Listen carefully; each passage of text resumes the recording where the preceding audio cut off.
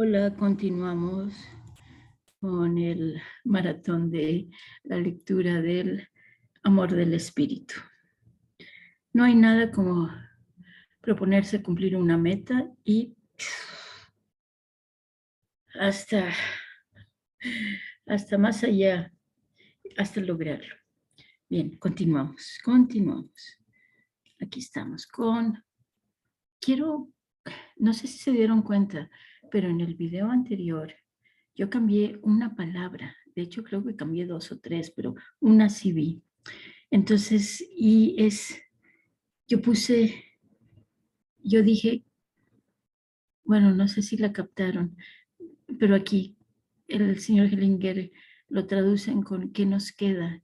Y yo dije, ¿qué nos ayuda? Entonces voy a leer los últimos 2 párrafos porque me interesa que reafirmar eso. Cierro cámara y continuamos con la lectura. Y podemos plantear una tercera pregunta. ¿Qué efecto tendría el renunciar a toda imagen, ya que somos conscientes de nuestra flaqueza y nuestros límites? Pero, bien mirado, también esta es una imagen. Tampoco así podemos escapar a nuestras imágenes. ¿Qué nos queda, pues, cuando queremos hablar de Dios o de la totalidad o del misterio que hay detrás de nuestro ser y todo ser? Nada, solo la impotencia. Pero es precisamente en esa impotencia donde encontramos nuestra esencia, donde somos verdaderamente humanos y humanamente religiosos. Ejemplo, Jesús y Caifás. Comentario previo. Durante un congreso en Lyon, se me solicitó hablar una mañana entera acerca de nosotros y nuestros antepasados y demostrar qué es lo que nos une y nos reconcilia con ellos. Hace tiempo vengo observando que la exclusión de un miembro familiar tiene un efecto fatal que a menudo perdura a través de siglos. Ismael e Isaac. Estoy pensando aquí en la exclusión de Ismael, el primogénito de Abraham, para hacerle lugar al segundo hijo, Isaac. Esto podría tener que ver, tal vez, con la exclusión del pueblo judío de otros pueblos hasta el día de hoy, como expiación por la injusticia cometida contra Ismael y su madre Hagar. Pero también estoy pensando en el conflicto de Israel y sus vecinos árabes, que se sienten como los descendientes de Ismael. Como en otras ocasiones también, allí donde un miembro familiar ha sido excluido de esta manera, el efecto profundamente sanador en el alma sería si el excluido y sus descendientes pudieran ser reintegrados en el seno de esta familia, en el lugar jerárquico que les corresponde, es decir, el primero. Caifás y Jesús. Un conflicto comparable sería la historia de dolor de los judíos bajo los cristianos y en relación a ello el antisemitismo existente hasta hoy en día entre los cristianos. Según mi visión, ese conflicto también aquí tiene su comienzo. Es el conflicto entre Caifás y Jesús y entre aquellos que se sienten más bien unidos a Caifás y el judaísmo que él representa y defiende, y aquellos que se convirtieron en los seguidores de Jesús, a pesar de que ambos pertenecen a la misma familia y que a los cristianos, por orden de jerarquía, les tocaría el segundo lugar. Ellos se colocaron en el primero, pero en este caso se tendría que considerar que la exclusión fue recíproca. Por ello, hace mucho que he tenido la visión de que el conflicto se tendría que analizar y solucionar primeramente ahí donde se originó, es decir, entre Jesús y Caifás. El camino del entendimiento espiritual. Reflexioné mucho acerca de cómo se podría hacer visible semejante profundidad de relación y cuál sería su alcance. Desde el principio me quedó claro que la comprensión de esas relaciones se encontraba más allá de mis posibilidades personales, sobre todo porque estos movimientos, aunque se nos hagan terribles, tienen que ser reconocidos por nosotros como movimientos del espíritu, como movimientos de ayuda para todos que finalmente unen a todo lo que se haya separado. En las constelaciones familiares del espíritu, estos movimientos se convierten para nosotros en visibles y vivenciables, en medida que pone en marcha los movimientos fundamentales más allá de nuestros conceptos actuales. También más allá de nuestra compasión y nuestras objeciones.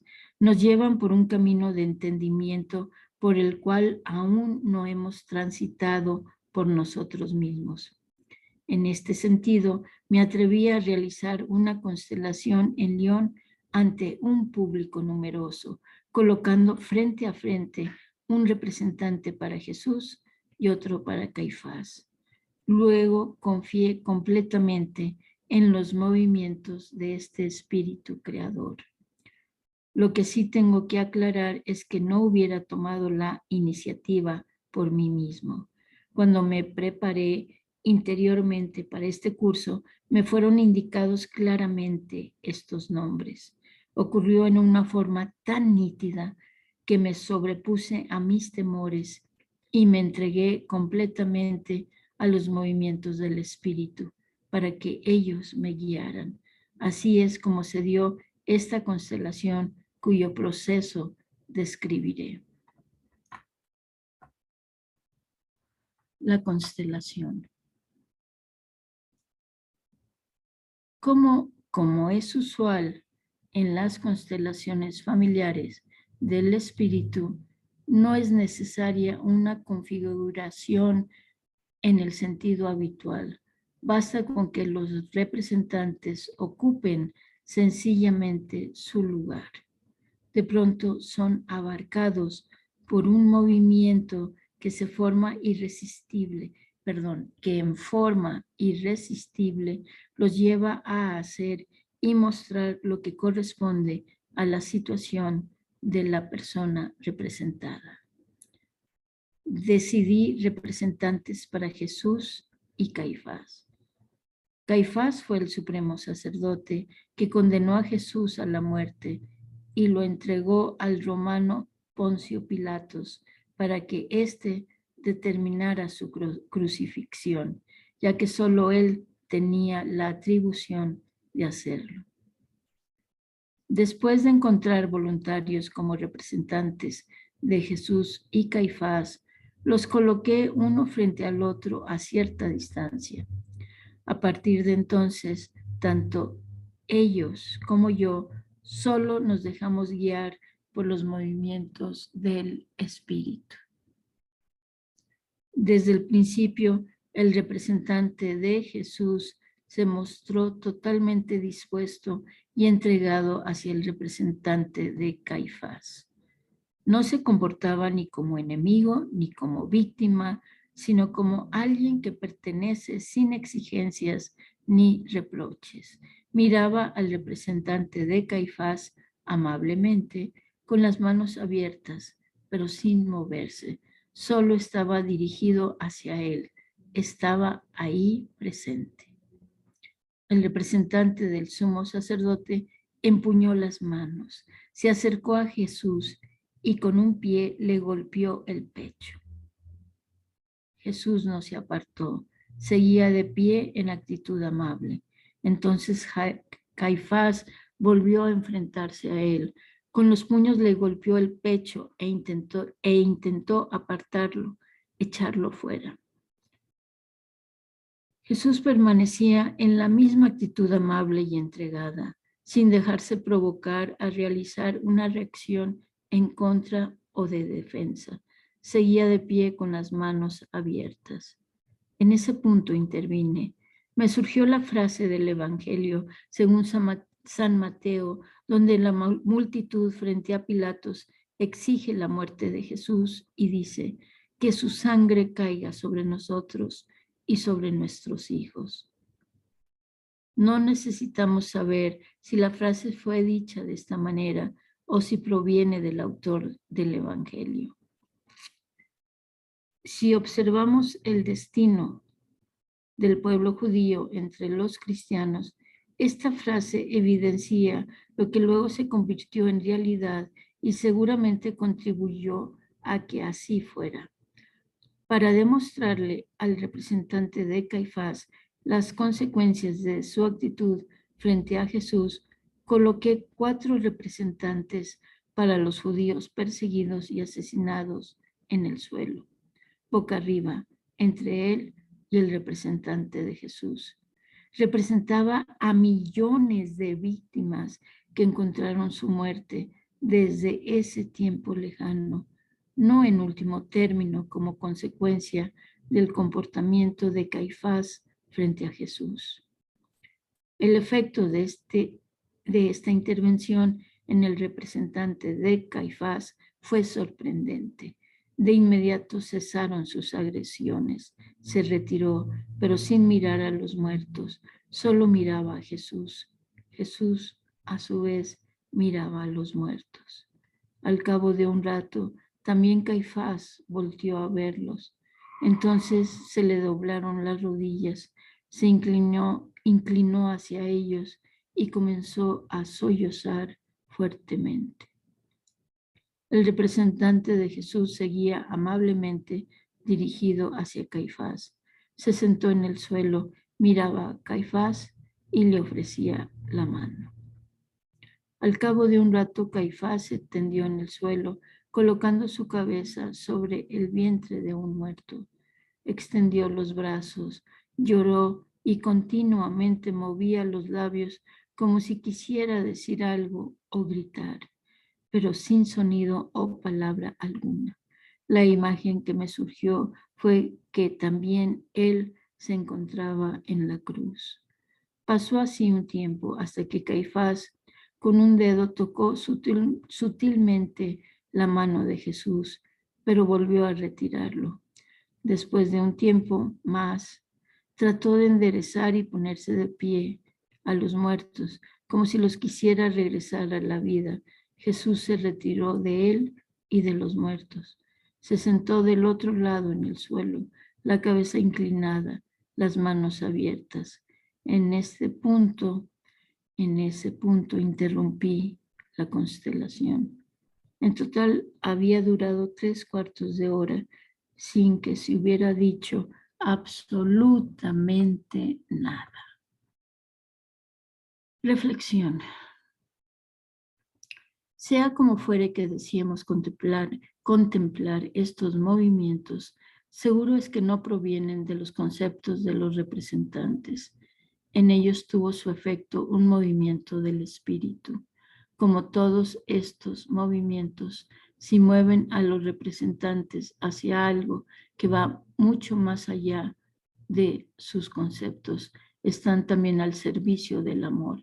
Están al servicio de superar las contradicciones, los extremos, aquí entre judíos y cristianos, y con ello también están al servicio de la paz.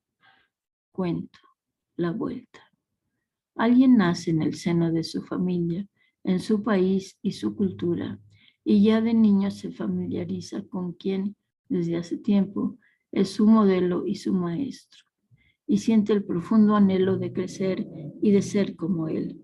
Se une a un grupo de iguales, se ejercita en una disciplina que dura largos años y sigue al gran modelo hasta ser idéntico a él y pensar y hablar y sentir como él. Pero una sola cosa, piensa, le falta todavía. Así emprende un largo camino para quizás aún superar en la soledad más lejana una última frontera. Pasa por jardines antiguos, desde mucho tiempo abandonados. Aún florecen rosas silvestres y altos árboles traen su fruto cada año, pero este cae al suelo sin el cuidado de alguien que lo quiera, y poco a poco comienza el desierto. Pronto le rodea un vacío desconocido. Le parece como si aquí cualquier rumbo tomado fuera indiferente, e incluso las imágenes que a veces ve delante suyo pronto se muestran vacías. Camina siguiendo su impulso, y cuando ya lleva tiempo que no se fía de sus sentidos, de repente descubre el manantial, brota de la tierra, y la tierra lo vuelve a recibir. Pero ahí donde su agua llega, el desierto se convierte en un paraíso. Al mirar a su alrededor, ve a dos desconocidos que se acercan. Ellos hicieron lo mismo que él. Como él, emprendieron un largo camino para quizás aún superar en la soledad del desierto una última frontera, y encontraron como él el manantial. Juntos se agachan, beben de la misma agua y presienten la meta casi conseguida. Enseguida se confían sus nombres. Yo soy Gautama, el Buda. Yo soy Jesús, el Cristo. Yo soy Mahoma, el profeta. Después llega la noche y encima de ellos destellan las estrellas, inalcanzables en su lejanía y en su quietud. Todos enmudecen y uno de los tres se sabe más cerca que nunca de su gran modelo. Le parece como si por un momento pudiera intuir cómo se sentía cuando lo supo, la impotencia, la inutilidad, la humildad, y cómo debería sentirse si también conociera la culpa. A la mañana siguiente da la vuelta y sale salvo del desierto.